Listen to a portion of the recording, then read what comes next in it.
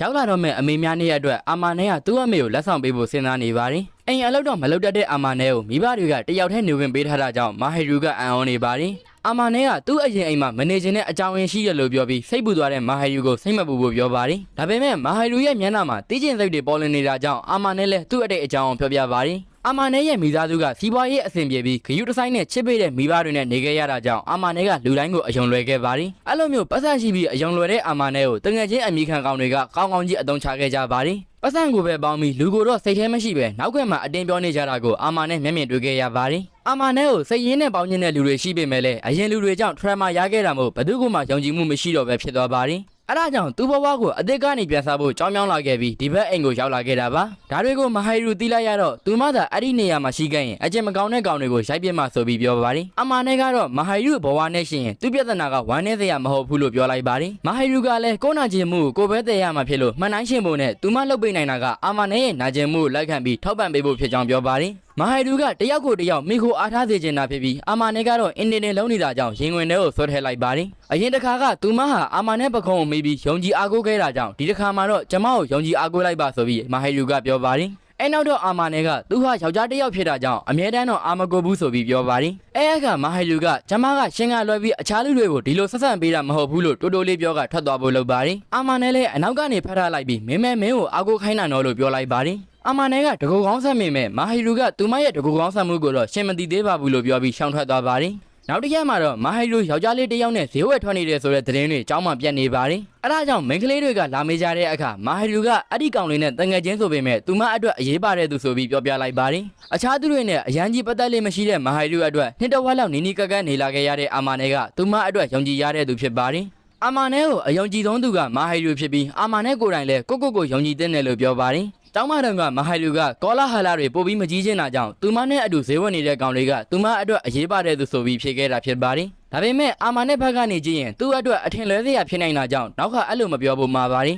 အမြဲတမ်းပေါ်နေခဲ့တဲ့အာမာနဲ့ကယောက်ျားလေးတစ်ယောက်အနေနဲ့အကြမ်းခတ်နေတာကြောင့်လက်ကျင်ကန်ထွက်လုပ်ချင်တယ်လို့ပြောလာပါတယ်လက်ကျင်ကန်လုပ်ရင်ပင်မလာမှာဖြစ်တာကြောင့်အာမာနဲ့အတွက်လိုအပ်တာတွေဖြည့်ဆည်းပေးပြီးအလိုလိုက်ပေးမယ်လို့မဟီရူကပြောပါတယ်အပြန်အလှန်အနေနဲ့မဟီရူကတောင်းဆိုမှုတစ်ခုလုပ်လာပြီးအဲ့ဒါကတော့ခေါင်းကိုပုတ်ခိုင်းတာဖြစ်ပါတယ်မဟီရူကသူမကိုအာမာနဲ့ထိတွေ့တာကြိုက်တယ်လို့ပြောခဲ့တာကြောင့်အာမာနဲ့ခင်ဗျမမတ်တဲ့အိမ်မက်တွေကိုပါမတ်ခဲ့ပါတယ်အဲ့ဒီအိမ်မက်ကြောင့်မဟီရူကိုမြင်တာနဲ့မနေတာပဲဖြစ်နေပြီးဒါကိုမဟီရူကလည်းတတိထားမိနေပါတယ်အာမာနဲကတနေ့လုံးရှောင်နေတာကြောင့်မဟီရူလည်းသူမကိုစိတ်ဆိုးနေတယ်လို့ထင်နေပါတယ်အဲ့ဒါကြောင့်ဘာလို့သူမကိုရှောင်နေတာလဲဆိုပြီးမေးတော့အာမာနဲလည်းဖြေရခတ်သွားပါတယ်အာမာနဲလည်းသူမခဲ့တဲ့အိမ်မက်အကြောင်းဝေးလက်ကြောင်ပန်းနဲ့ရှောက်ပြောနေရပါတယ်အဲ့ဒီလိုလုံးနေတဲ့အာမာနဲရဲ့ပုံစံကိုမြင်ပြီးမဟီရူကသူမြင်မှုတဲ့ယောက်ျားလေးတွေထဲမှာအာမာနဲကအယိုးသားဆုံးပဲဆိုပြီးပြောပါတယ်အဲ့အခါအာမာနဲလည်းရှက်နေခဲ့ပြီးမျက်နှာမပြရဲတာကြောင့်မဟီရူကကြောချင်းကတ်ထားပါတယ်စာမေးပွဲနီးလာတဲ့အခါတငယ်ချင်းတွေဆိုပြီးအာမာနဲအိမ်မှာစားလို့ဖို့စီစဉ်ကြပါတယ်အာမာနဲကအခုစာမေးပွဲမှာအဆင့်30အတွင်းဝင်အောင်လုပ်ဖို့ကြိုးစားထားပြီးမဟီရူက30အတွင်းဝင်ရင်ဘာမှဆိုလုပ်ပေးမယ်ဆိုပြီးအတက်သွားအောင်ပြောပါတယ်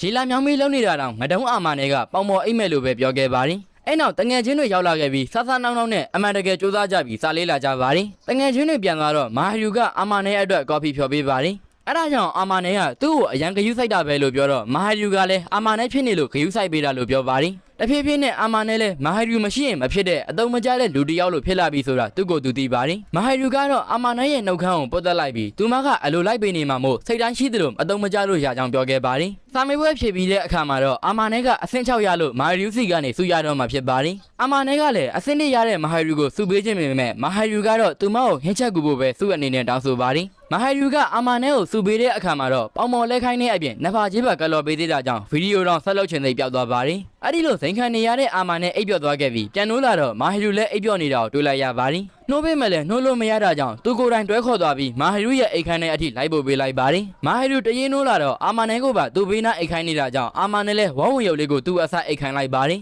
်အခန်းထဲကဇပွဲပေါ်မှာတော့တစုံတယောက်ရဲ့ဓာတ်ပုံရှိနေကနောက်တစ်ရက်မှာအဲ့ဒီပုံကိုအာမာနဲ့မြင်သွားလားဆိုပြီးမဟီရူကလာမေးပါတယ်အာမာနဲ့လည်းမမြင်ခဲ့ကြောင်းပြောပါတယ်မဟီရူကသူ့ကိုအတူအိပ်ဖို့ခေါ်တဲ့အကြောင်းပြောပြလိုက်တော့မဟီရူလည်းရှက်သွားပါတယ်ဘလောက်ပဲရင်းနှီးကြပါသေးဒီလိုနေထိုင်ဆက်ဆက်နာကမကောင်းမှုဆိုပြီးပြောတော့မဟီရူကသူမှလည်းနားလဲပါတယ်လို့ပြောပါတယ်ဒါပေမဲ့လည်းတယောက်နဲ့တယောက်ထပ်မံငင်းခုန်နေကြပြီးမဟီရူပြန်သွားခဲ့ပါတယ်ကျောင်းအားကစားနည်းမှာတော့ဘတ်စကတ်ဘောကစားရတော့မဲ့အာမာနဲကိုမဟီရူကအားပေးနေခဲ့ပါတယ်နောက်တစ်ရက်မှာလည်းမဟီရူကသူမရဲ့ကျောင်းယူနီဖောင်းပြောင်းထားတဲ့အကြောင်းလာပြပါတယ်စကတ်တိုနေတာကိုခြေစိုးဝှက်မထားတာကြောင့်အခြားယောက်ျားလေးတွေကြီးနေလိမ့်မယ်လို့အာမာနဲကပြောပါတယ်မဟီရူကအာမာနဲကရောမကြည့်ဘူးလားဆိုပြီးစလိုက်တော့ဆရာကြီးလည်းဖြေရခတ်သွားပါတယ် အဲနောက်မှမဟာလူကခြေသွင်းဝင်းမှမို့စိတ်မပူဖို့ပြောပါတယ်ဆရာကြီးအာမာနဲကလည်းခြေသွင်းမပါတဲ့ဒီပုံစံကိုသူ့ကိုမြင်စေချင်လို့တမင်တကာလာပြတာလားဆိုပြီးမေးပြန်ပါတယ်မဟာလူကတော့မရှက်တရှက်နဲ့အာမာနဲကိုမြင်သိချင်လို့လာပြတာဖြစ်ကြောင်းဝန်ခံလိုက်ပါတယ်။အဲဒါကြောင့်ဒီဝတ်ဆောင်လေးနဲ့လိုက်ဖက်ကြောင်းအာမာနဲကချီးကျူးပေးလိုက်ပြီးကျောင်းကိုရောက်တော့ဘဲတွေကသူမကိုဝိုင်းငေးကြပါတယ်။ကျောင်းစောစောပြီးတော့ချီလိုဆဲတို့အတွက်ကအပြင်လျှောက်လဲကြပြီးအာမာနဲနဲ့ခါရိုဝါကီတို့ကလည်းအပြင်သွားဖို့တွေးထားပါတယ်။ဒါပေမဲ့ဆရာခိုင်းတာကြောင့်အလုံများနေတဲ့မဟာလူကိုတွေးလိုက်ရတော့ဝိုင်းကူပေးလိုက်ကြပါတယ်။အလောက်ကူပေးနေတဲ့အချိန်မဟာလူကိုမနာလိုတဲ့မိန်းကလေးတွေရဲ့အတင်းစကားအတန်တွေကိုအာမာနဲကြားလိုက်ရပါတယ်။အဲဒါကြောင့်အိမ်ပြန်ရောက်တဲ့အခါမဟာလူကအဲ့ဒီအကြောင်းပြန်ပြောပြပါတယ်။သူမကိုလူတိုင်းကကြိုက်နေတတ်ကြတာမဟုတ်ပဲမကြိုက်တဲ့မိန်းကလေးတွေရှိတာကိုလည်းသိပါတယ်။ဒါပေမဲ့မနစ်တဲ့သူတွေကမဟာလူကိုမကြိုက်တာမဟုတ်ပဲအတန်တွေကအခြေအနေကိုမကြိုက်တာဆိုပြီးမဟာလူကနားလည်ပေးထားပါတယ်။အမာနဲကခါရိုဝါကီကိုကြိုက်တဲ့မိန်းကလေးတွေလည်းမဟာလူကိုမောင်းနေမှဆိုပြီးပြောတော့မဟာလူကခါရိုဝါကီအပေါ်ခံစားချက်မရှိကြောင်းပြောပါတယ်။မဟာလူက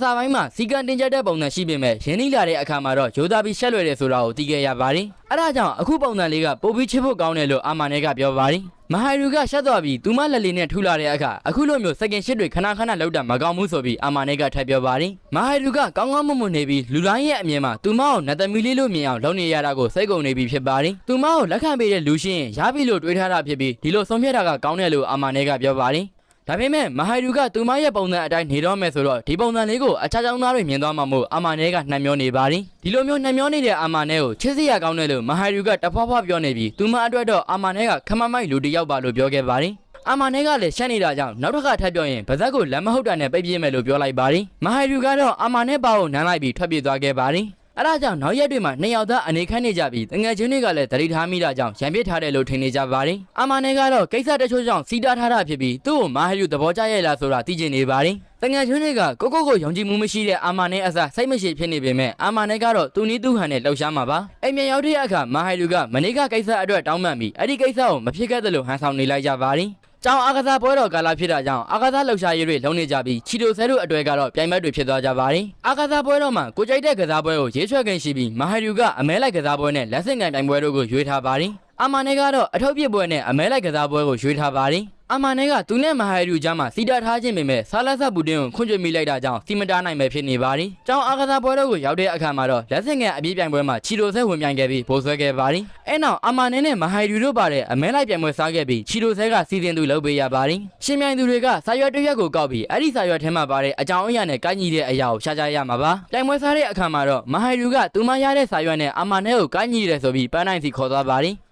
အာမာနဲရထားတဲ့စာရွက်နဲ့လည်းမဟာလူကကိုက်ညီနေပြီးပန်းနိုင်စီအတူပြေးကြပါတယ်။ပန်းနိုင်စီကိုလက်တွဲပြီးပြေးကြတာကြောင့်အခြားကောင်တွေကအာမာနဲကိုမနာလိုနေကြပါတယ်။ပန်းနိုင်စီရောက်တဲ့အခါသူတို့ယူလာတဲ့စာရွက်တွေကိုအကုန်လုံးကြားအောင်မိုင်းနဲ့ဖက်ပြပါတယ်။အာမာနဲရဲ့စာရွက်မှာလှတယ်လို့ထင်ရတဲ့သူဆိုပြီးရေးထားတာကြောင့်မဟာလူကိုခေါ်လာတာဖြစ်ပါတယ်။မဟာလူရဲ့စာရွက်မှာကိုယ့်အတွက်အရေးပါတဲ့သူလို့ရေးထားပြီးဒါကိုဖတ်ပြလိုက်ချိန်မှာတော့အကုန်လုံးအံ့ဩသွားကြပါတယ်။အဲဒါကြောင့်အာမာနဲနဲ့မဟာလူတို့ရင်းနှီးကြတဲ့ဆိုတာကိုသိသွားကြကအာမာနဲလို့ကောင်မျိုးကဘာလို့မဟာလူတို့အတွက်အရေးပါရတာလဲဆိုပြီးလာမေးကြပါတယ်။အာမာနဲလည်းသူတို့ကမနစ်ကလေးကရင်းနှီးကြတာဖြစ်ပြီးဒီအကြောင်းပပလစ်ချမပြတာကအခုလိုမင်းတို့တွေစမှုမွန်နေမှာဆိုလို့ဆိုပြီးပြောလိုက်ပါတယ်။အကောင်လုံးကသူတို့နှစ်ယောက်ရင်းနှီးတာကိုမယုံနိုင်ဖြစ်နေကြပြီးစမှုမွန်တကောင်ကငါတို့ရဲ့နတ်သမီးလေးကိုမင်းကဂယုမဆိုင်ပါဘူးလို့ပြောပါတယ်။အာမာနဲကလည်းသူတို့ရဲ့နတ်သမီးကိုစိတ်ဝင်စားတာမဟုတ်ပဲမဟာယူကိုပဲစိတ်ဝင်စားတာဖြစ်ကြောင်းပြောလိုက်ပါတယ်။အဲအချိန်မဟာယူရောက်လာခဲ့ပြီးအာမာနဲကိုလွှတ်ထားပေးဖို့နဲ့ပြောစရာရှိရင်သူမကိုလာပြောဖို့ပြောလိုက်ပါတယ်။ငါချုပ်ကောင်ကလည်းဒီထက်သာတဲ့လူတွေအများကြီးရှိပေမဲ့အာမာနဲလို့ငတုံးကမှဘာလို့ကြိုက်ရတာလဲလို့မေးပါတယ်။အဲအခါမဟာယူကဘယ်နေရာကတုံးကလဲဆိုပြီးပြန်မေးတော့ငါချုပ်ကောင်လည်းစကားထစ်သွားပါတယ်။တဆက်သေးမှာပဲကိုနဲ့အကြာကြီးဖြတ်တန်းရမယ့်လက်တွဲပုတ်ကိုရုပ်ရည်ကြည့်ပြီးရွေးချယ်မှလာလို့ထပ်မေးပါတယ်။အဲ့ဒါအပြင်ငါဘသူနဲ့ပဲဘယ်လိုတွဲနင်းမှာအကဲဖြတ်ပိုင်ခွင့်မရှိဘူးဆိုပြီးပိတ်ပြောလိုက်တော့ငါချိုလေးလည်းဆက်သွားပါတယ်။အဲ့နောက်အမာနဲရဲ့စိတ်ရအကြောင်းနဲ့ကောင်းကတ်တွေအပြင်သူမကိုဆက်ဆက်ပုံတွေပြောလိုက်တော့ပြဿနာရှာနေတဲ့ငါချိုတွေအကုန်ရှောင်သွားပါတယ်။အိမ်မရောက်တဲ့အခါမဟာလူကအာမာနဲကိုမလိုအပ်တဲ့အာယုံစိုက်စရာတွေပေးမိလို့တောင်းပန်ပါတယ်။အာမာနဲကလည်းမဟာလူရဲ့ခံစားချက်တွေကိုသိရတဲ့နဲ့မသိချင်အောင်ဆောင်ခဲ့မိလို့တောင်းပန်ပါတယ်။အခုချိန်မှာတော့တယောက်ခံစားချက်ကိုတယောက်သိနေပြီဖြစ်ပြီးမဟာလူကိုရင်ဝင်နဲ့ထည့်လိုက်ပါတယ်။အာမာနဲကအခုလိုမျိုးနှစ်ကချင်းမိတာပထမဆုံးဖြစ်ပြီးမဟာလူအကြောင်းပို့ပြီးသိချင်လာတယ်လို့ဂယုစိုက်ပေးခြင်းပြီးနှလုံးသားအနီးမှာထားခြင်းကြောင့်ပြောပါတယ်။အစောပိုင်းကတည်းကတယောက်ကိုတယောက်ချစ်ကြပေမဲ့လည်းရှေ့ဆက်တို့ဖို့မဝမရက်ဖြစ်နေကြပြီးမဟာလူဘက်ကနေခြေလန်းစားခဲ့ပါတယ်။ဒီတစ်ခေါက်မှာတော့အာမာနဲဘက်ကနေချစ်ခွင့်ပန်လိုက်ပြီးတရားဝင်အတွဲတွေဖြစ်သွားခဲ့ကြကတမိုးထားမဲ့ဆိုပြီးဂတိပြုရင်စီဇန်1အဆုံးသတ်သွားခဲ့ပါတယ်။ဒီနေရာ